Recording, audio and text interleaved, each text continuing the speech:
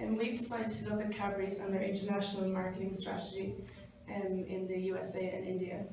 Cadbury's their vision is working together to create brands people love. Cadbury's is the second largest confectionery company in the world.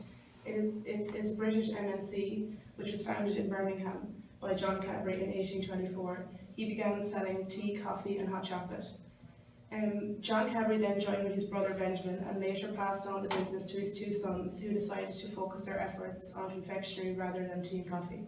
In 2010, Cadbury was then acquired by Kraft Foods, and by 2011 the confectionery half of Kraft became Mondelez International.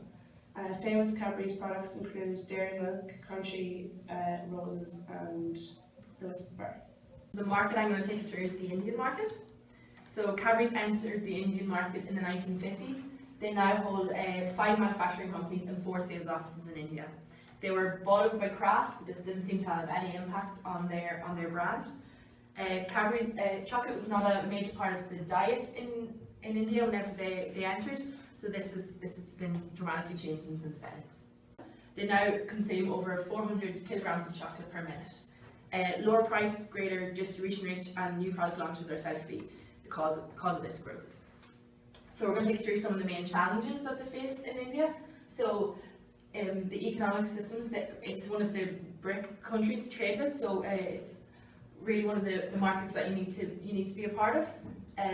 One of the factors you need to take into consideration is that 50% of the population is below the age of 25, which is dramatically different from any other market out there. Infrastructure also plays a large part.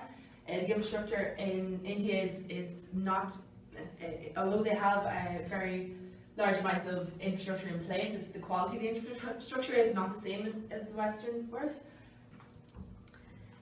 Culture is probably the largest challenge faced when entering the Indian market. India is a culturally steeped country, and cultural celebrations play a very large role in daily life.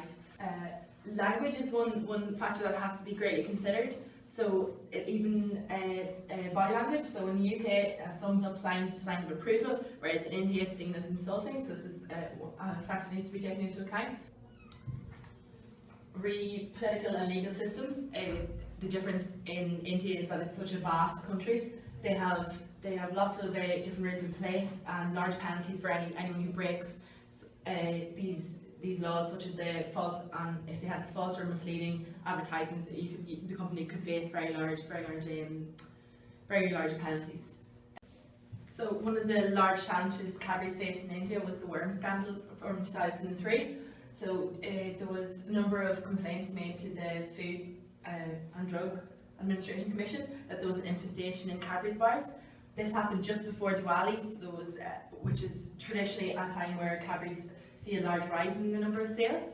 Sales dropped by 30%. India has 50% of their population are below 25, so this is a major impact in how they market. So they use pure penetration as their form of strategy for sales.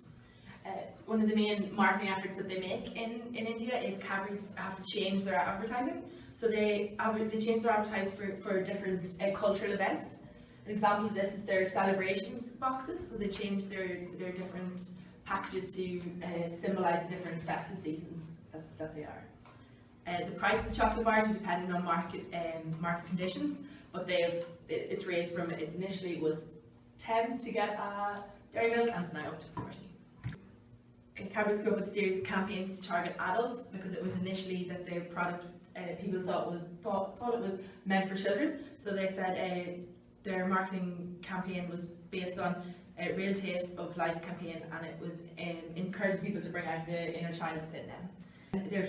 The main problem that they're facing is trying to convince these customers to intertwine their product as part of this tradition, so trying to replace some of the more traditional sweets with a Cadbury's chocolate bar. In 2009, Cadbury's came up with a campaign that's aiming towards people on their payday. So it was in a period that salaries were being reduced, but Cadbury's launched this, and it was Cadbury's campaign suggested never mind the slowdown in the economy, payday is always a day to celebrate. So I'm just going to discuss some of Cadbury's the challenges they face in the US market. So in contrast to into the Indian market, a lot of their customers in the US will have a lot of disposable income, meaning that they can afford to charge higher prices for their products, leading to increased sales revenues. They do reap the rewards of a sophisticated rail and road network, and they also benefit from the high level of expertise that are within the US economy and market. So in the US, typically consumers prefer their chocolate to be more sugary based, whereas in the UK or India, the chocolate would be mainly composed of more milk based produce. Since the ingredients in an Indian Cadbury's product and a US product would differ greatly, it is essential for this to be stated on the packaging. There are numerous laws that Cadbury's have to deal with in the US market which provide them with challenges. These laws have been introduced to benefit the well-being of the average US citizen, to tackle the obesity crisis in the country, which wouldn't exist to the same extent in India. Cadbury's lost the rights to sell its own produce in the 1980s. This was as a result of an acquisition by Hershey's of Cadbury Schweppes. The acquisition costs $300 million in total.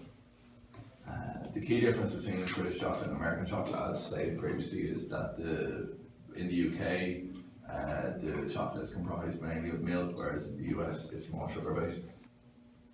The segmentation of Cadbury's products is based on a mix of demographics, behavioural and psychographic factors, for example, income and occasions. So some of the lessons that could be learned from Cadbury's activities or its transition between its move from the UK or the US into India.